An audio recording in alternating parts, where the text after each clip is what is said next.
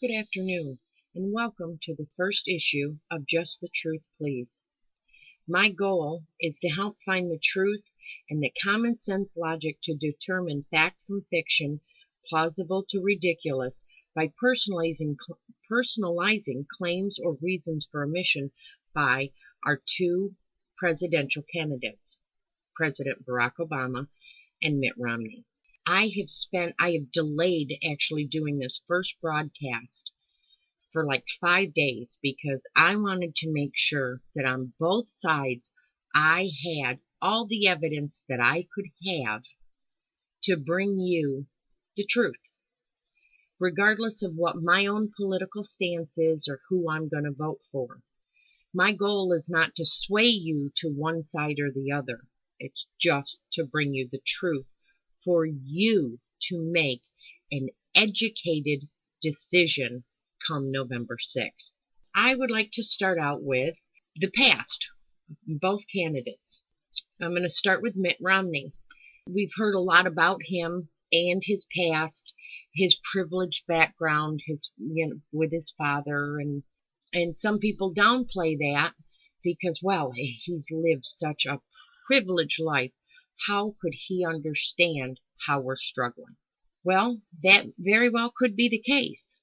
But with all the information and the personal accounts of people who have met Mitt Romney, have had dealings with Mitt Romney on a personal level, I just don't find that to be the case. I mean, several people, millions have had to have read the story of where one of Mitt Romney's employees or co-workers or somebody, I don't have it right in front of me to actually read it, to go through, and his daughter turned up missing after a party. And Mitt Romney closed his business, closed his staff, left them on the clock, and they went and searched until they found this girl. Does Barack Obama have anything to even compare to that? I mean, Mitt Romney paid out of his own, well, not his own pocket, I'm sure, but whatever. He paid his staff salaries to go find this girl. What does Barack Obama have for helping anyone in the community on a personal level? What stories are out there? And I'd be interested, if there are any, to compete with that. Another thing that I would like to do is bring up about Mitt Romney is there was an allegation here a while back of him being a murderer. And that behind that is in 1999 he left Bain Capital. And the person or the powers that be that went in control of that made decisions on a man's wife's medical treatment, if I'm remembering correctly. She died. So, but because Mitt Romney, and this was, 5 years later? It was several years after that, after Mitt Romney leaving, that this all transpired. Anyway, they went through and right away, an independent organization supporting Barack Obama made a political ad that aired on TV making this accusation. They went through, Mitt Romney was just horrible. He was a murderer. This happened long after Mitt Romney sat in the driver's seat of Bain Capital. Mitt Romney had left to go take care of and save the Utah Olympics. So to personalize this, let's just say you are a bus driver. You pick up for the first time in this little kindergartner. The mama puts the kid on the bus, waves the tears, yada yada. You transport that kid to and from school safely every day for years. Now all of a sudden you decide you're going to move on to bigger and better things. It doesn't matter what you're going to do. The fact is you're not going to drive that bus anymore. So now this child is in the care of another bus driver. And the bus driver makes decisions for whatever reason that makes this bus be involved in a bus accident. This child is hurt maimed, killed, whatever.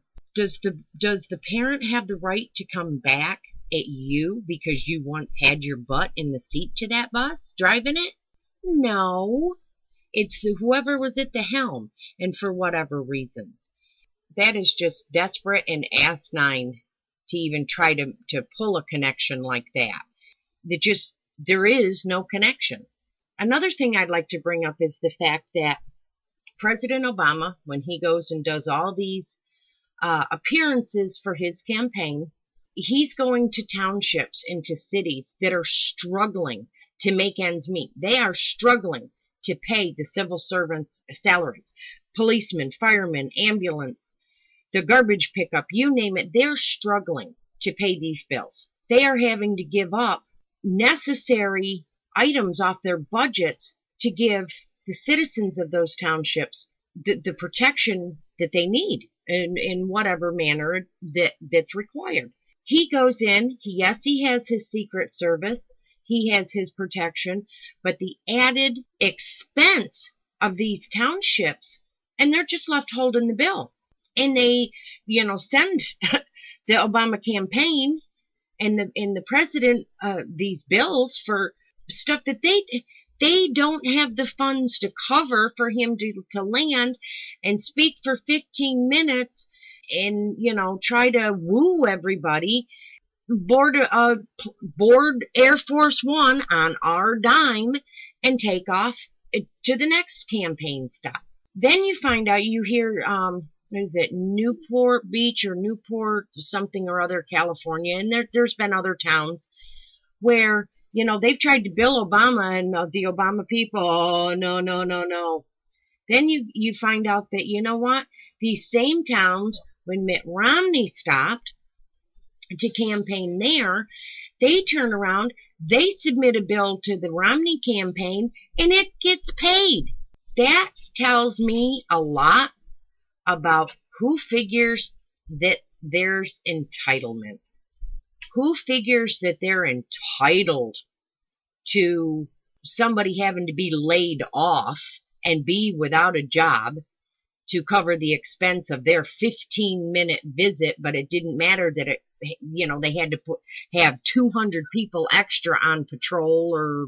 And Romney, who has led such a privileged life because he was raised with money, the man pays his bills. He doesn't figure he's entitled. I mean, that, like I said, that tells me a lot about the character of Mitt Romney compared to the character of our seated president. I'm not going to keep going on and on about that because that just gets me irked and I just keep going. So now let's go through to, let's talk about the friends in the past and the mentors. And now when I tried doing some digging, I found where one website listed 2 shady characters supposedly of Mitt Romney's. So one of them, and I don't remember their names, one of them was a name I couldn't even wrap my tongue around to pronounce. But anyway, one of them was a man back, I believe, when Mitt was campaigning for governor. Or maybe it was at the beginning of his presidential campaign. I don't remember. Anyway, what it amounted to was this. One of Mitt's supporters loaded a bunch of people, I believe from the West Coast, onto a JetBlue flight out of his own pocket and flew them to the East Coast to work Mitt's campaign. And that apparently violates campaign policy. Well, nowhere in this person's write-up did they say that Mitt Romney demanded it. Nowhere did they say that Mitt Romney, begged for it. You have to reason. Did Mitt Romney even know that this guy did this? Nowhere did they say that restitution had been made or that Mitt Romney condoned it or said, hey, that's great, And then there was some other one, I don't know, that and you could tell by the person writing it, they were really trying to reach for the 57 degrees of Kevin Bacon type deal to try to get this lowlife associated with Mitt Romney. you can tell because I can't even remember the details of it that it made such a huge impression on me. And I guess it's because I had to dig so hard to find those two people, but yet with President Obama, even before he became president, he has a list as long as your arm of known anti-American people. That they're known terrorists. They hate America. They denounce America, and they do it openly. There's, and there's people, there's shady Chicago businessmen. And yes, he did make one comment denouncing one that, oh, I should have known better not to engage in business affairs with him. But he's still buddies with them. The same with Wright, that's his name, Reverend Wright. Goddamn America. Hello. Then you've got the heirs there, and he right point blank in an interview. If you go and you search YouTube, you can actually see that the physical interview that he did with someone saying he's the one who wrote Barack Obama's book, Dreams from My Father. He wrote that book. Ayer says he wrote that book.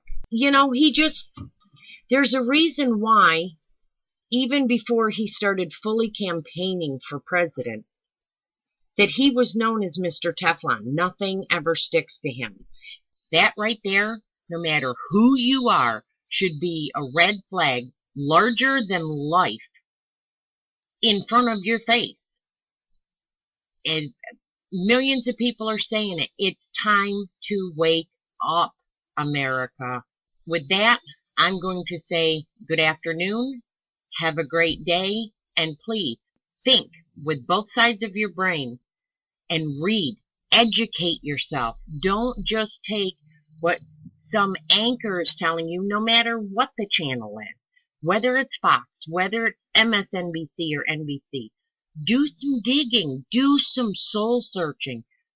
Educate yourself so that you know that you are making the correct choice, no matter who you're voting for, come November 6th. Thank you.